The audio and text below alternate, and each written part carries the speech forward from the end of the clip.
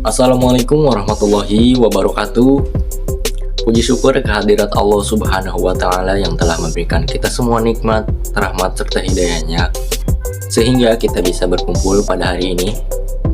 Yang saya hormati, dosen mata kuliah statistika kami, Ibu Syifa Pramudita Fadila, SSTMKM, dan teman-teman semua yang saya banggakan, saya Dimas Mosul Hakiki dari kelas D, Program Studi Manajemen, Fakultas Ekonomi dan Bisnis, Universitas Buana Perjuangan Karawang. Sebelum lanjut ke pembahasannya, mari kita kenalan dulu dengan anggota kelompok 3. Yang pertama, ada Dea Amelia Putri. Yang kedua, saya sendiri, Dimas Mosul Hakiki. Yang ketiga, ada Eva Khairunisa. Yang keempat, ada Muhammad Ja'farullah Zain. Dan yang kelima, ada Yulia Nurfadilah. Di sini saya yang bertugas sebagai presenter dalam presentasi kelompok 3 ini. Namun untuk kali ini saya tidak sendiri, ada Yulia Nurfadilah yang akan menemani saya sebagai presenter, yang dimana kelompok kami akan membahas dan memaparkan hasil dari tugas regresi linear berganda dengan judul pengaruh harga telur ayam dan pendapatan terhadap keputusan pembelian telur ayam di Kecamatan Telaga Sari pada bulan September hingga Oktober tahun 2022. Kalau sudah siap, langsung saja saya serahkan kepada Yulia Nurfadilah yang akan membahas hasil perhitungannya terlebih dahulu. Silahkan. Assalamualaikum warahmatullahi wabarakatuh. Perkenalkan, nama saya Yulia Nurfadilah. Saya akan menjelaskan mengenai materi perhitungan yang pertama pada materi regresi linear berganda. Untuk yang pertama-tama, kita lihat dulu untuk pemenuhan syarat judul ya. Di sini kelompok kami menggunakan judul pengaruh harga telur ayam dan pendapatan terhadap keputusan pembelian telur ayam di Kecamatan Telaga Sari pada bulan September sampai dengan bulan Oktober 2022. Nah, untuk syarat judul itu kan yang pertama harus ada X, yang kedua harus ada Y, yang ketiga ada objek, yang keempat ada tempat, yang kelima ada waktu ya. Di sini kelompok kami sudah memenuhi semua syarat judulnya. Untuk X-nya yaitu ada harga telur ayam dan pendapatan, dan untuk Y-nya ada keputusan pembelian, dan objeknya yaitu telur ayam. Yang keempat tempatnya di Kecamatan Telaga Sari, dan untuk waktunya pada bulan September sampai dengan Oktober 2022. Untuk variabel X1-nya di sini yaitu harga telur ayam, dan untuk variabel X2-nya pendapatan, dan untuk variabel Y-nya adalah keputusan pembelian.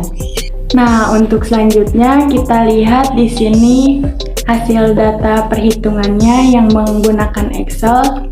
Di sini kita menggunakan 10 data ya, ada X1, ada X2, ada Y, ada hasil kali X1 dikali Y, ada X2 kuadrat, ada X1 dikali X2, ada X2 dikali Y, X1 kuadrat, dan Y kuadrat.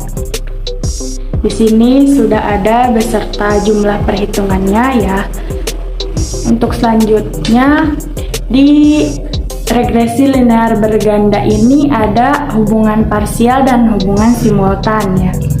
Yang pertama kita akan membahas terlebih dahulu hubungan simultan ya. Di sini ada hasil perhitungan yang sudah kelompok kami hitung untuk mencari A, B, C, D, E, dan F. Untuk A di sini N dikali sigma X1 dikali Y dikurangi sigma X1 dikali sigma Y. Di sini hasilnya min 166.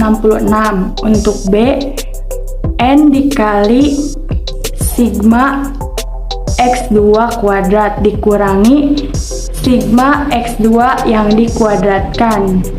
Untuk hasil yang B-nya adalah 1269. Untuk yang C ada rumusnya, ada N dikali sigma X1 dikali X2 dikurangi sigma X1 dikali sigma X2. Untuk yang C hasilnya ada 499. Selanjutnya yang D rumusnya N dikali sigma X2 dikali Y dikurangi sigma X2 dikali sigma Y. Hasilnya min 376. Untuk yang E rumusnya N dikali sigma X1 kuadrat dikurangi sigma X1 yang dikuadratkan. Hasilnya 229. Untuk yang selanjutnya ada F, yaitu E dikali B dikurangi C kuadrat. Hasilnya 41.600. Untuk selanjutnya kita di sini akan menentukan persamaannya terlebih dahulu. Nah, untuk menentukan persamaan kita harus mencari B1, B2, dan A. Karena rumus dari persamaannya adalah Y sama dengan A ditambah B1 X1 ditambah B2 X2. Di sini sudah kita hitung hasil B1-nya itu adalah min 0,5536, untuk B2-nya 0,0786, dan untuk A-nya 27,915. Jadi persamaannya adalah Y sama dengan 27,915 dikurangi 0,5536 X1 dikurangi 0,0786 X2. Nah, untuk selanjutnya di sini kita akan menghitung koefisien determinasi. Rumusnya R2 kuadrat sama dengan N dikali A dikali sigma Y ditambah B1 dikali sigma Y dikali X1 ditambah B2 dikali sigma Y dikali X2 dikurangi sigma Y yang dikuadratkan per N dikali sigma Y kuadrat dikurangi sigma Y yang dikuadratkan. Di sini hasilnya 0,9794 dan kita jadikan persen, yaitu jadinya 98% dan sisanya 2%. Jadi kesimpulannya, harga telur ayam dan pendapatan mempengaruhi keputusan pembelian 98%, sedangkan sisanya 2% dipengaruhi oleh faktor lain yang tidak diteliti. Nah, untuk selanjutnya kita akan menghitung koefisien kolerasi. Rumusnya R sama dengan akar R kuadrat. Jadi hasil R kuadrat tadi tinggal kita akarkan dan hasilnya 0,9896. Kita lihat di sini arah dan kekuatannya ya. Di sini kan hasilnya 0,9896. Berarti arahnya positif dan kekuatannya kolerasi positif kuat.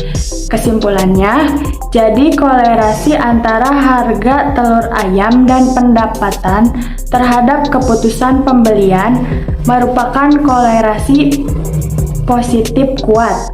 Artinya, jika harga dan pendapatan naik, maka keputusan pembelian akan naik. Selanjutnya, kita lanjut ke yang kedua, yaitu ada hubungan parsial. Di sini sama, kita harus mencari nilai A, B, C, D, E, dan F-nya terlebih dahulu, dan hasilnya masih sama seperti yang tadi. Di sini nilai A-nya min 166 dan B-nya 1269, yang C 499, yang D min 376, yang E 229, dan yang F 41.600. Dan untuk selanjutnya sama, kita menentukan persamaannya terlebih dahulu. Persamaannya masih sama seperti yang di hubungan simultan tadi ya. Di sini kita dapati persamaannya Y sama dengan 27 dikurangi 0,5536 X1 dikurangi 0,0786 X2. Nah, untuk selanjutnya kita akan menghitung koefisien kolerasi. Di sini dalam hubungan parsial koefisien kolerasinya ada 3. Untuk yang pertama kita akan menghitung RYX1. Rumusnya N dikali sigma YX1 dikurangi sigma Y dikali sigma X1 per akar N dikali sigma Y kuadrat dikurangi sigma Y yang dikuadratkan dikali N sigma X1 kuadrat dikurangi sigma X1 yang dikuadratkan. Jadi hasilnya min 0,9851. Jadi kesimpulannya koefisien kolerasi RYX1 merupakan kolerasi negatif kuat.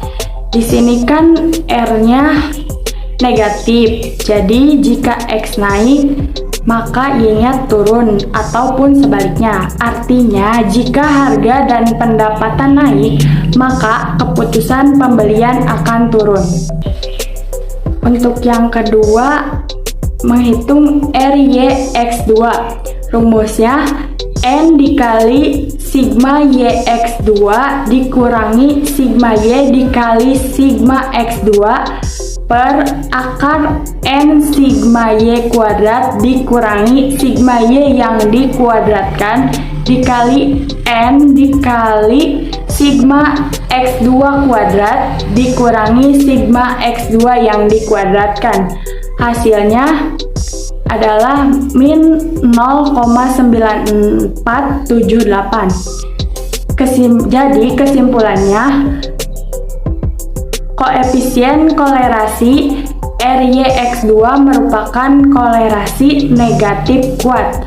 Artinya di sini kalau R-nya negatif, X-nya naik, Y-nya turun ataupun sebaliknya.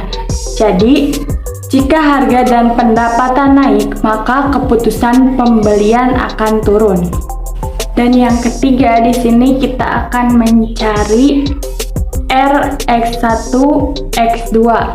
Rumusnya N dikali sigma X1 dikali X2 dikurangi sigma X1 dikali sigma X2 per akar N dikali sigma X1 kuadrat dikurangi sigma X1 yang dikuadratkan dikali N dikali sigma X2 kuadrat dikurangi sigma X2 yang dikuadratkan. Hasilnya di sini 0,9256. Jadi kesimpulannya, koefisien kolerasi RX1 X2 merupakan kolerasi positif kuat. Artinya jika harga dan pendapatan naik, maka keputusan pembelian akan naik. Nah, untuk yang selanjutnya ada koefisien determinasi. Rumusnya masih sama seperti yang tadi. R kuadrat sama dengan N dikali A dikali sigma Y ditambah B1 dikali sigma Y dikali X1 ditambah B2 dikali sigma Y dikali X2 dikurangi sigma Y yang dikuadratkan per N dikali sigma Y kuadrat dikurangi sigma Y yang dikuadratkan. Maka hasilnya 0,97947.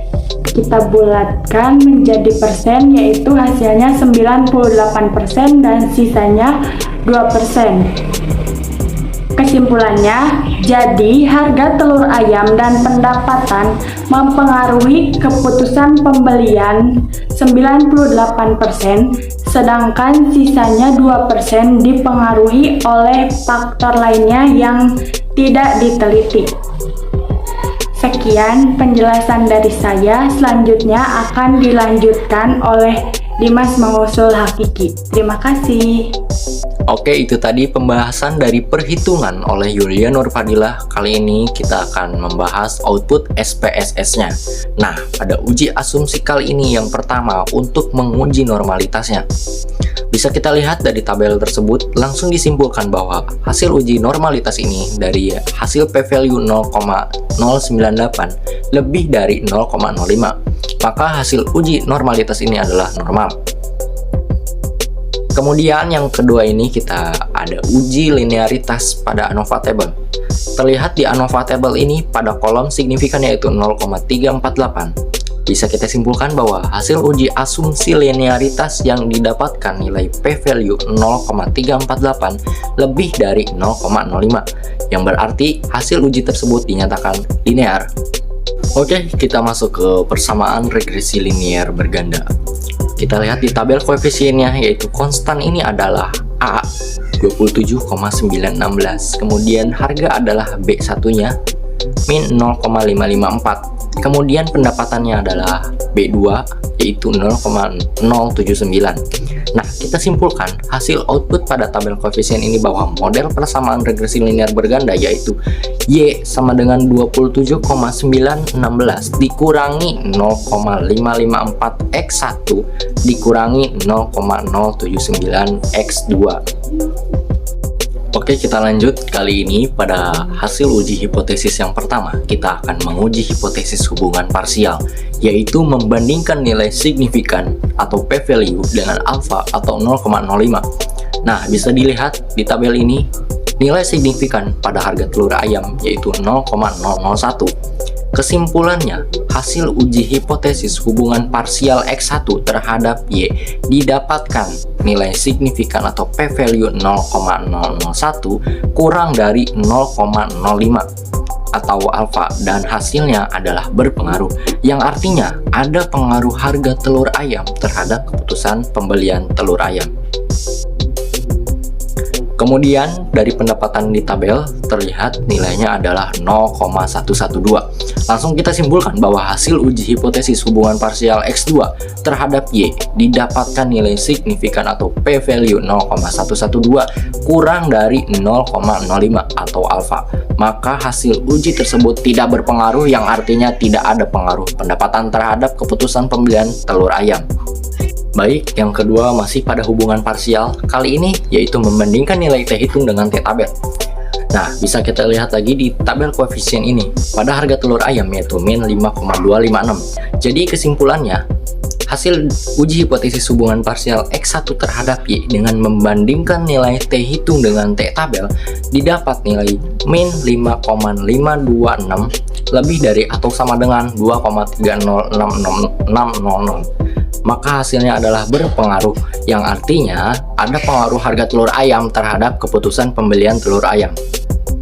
Kemudian dari pendapatan di tabel terlihat nilainya adalah min 1,757. Bisa langsung kita simpulkan bahwa hasil uji hipotesis hubungan parsial X2 terhadap Y dengan membandingkan nilai T hitung dengan T tabel didapat nilai min 1,757 kurang dari 2,30600.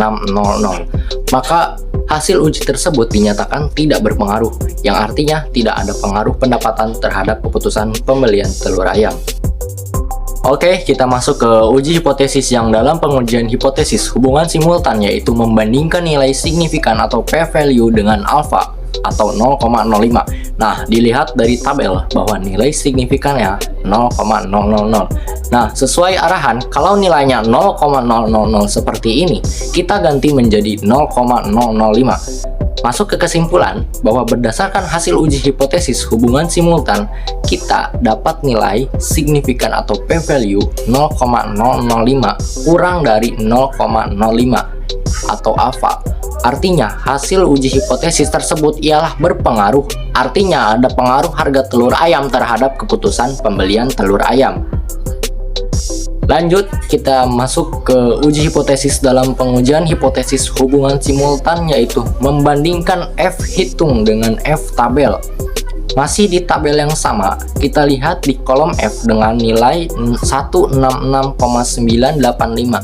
langsung bisa disimpulkan bahwa hasil uji hipotesis hubungan simultan dengan membandingkan nilai F hitung dengan F tabel didapat nilai F hitung sebesar 166,985 lebih dari atau sama dengan 5,32. Maka hasil uji tersebut dinyatakan berpengaruh, yang artinya ada pengaruh harga telur ayam dan pendapatan terhadap keputusan pembelian telur ayam.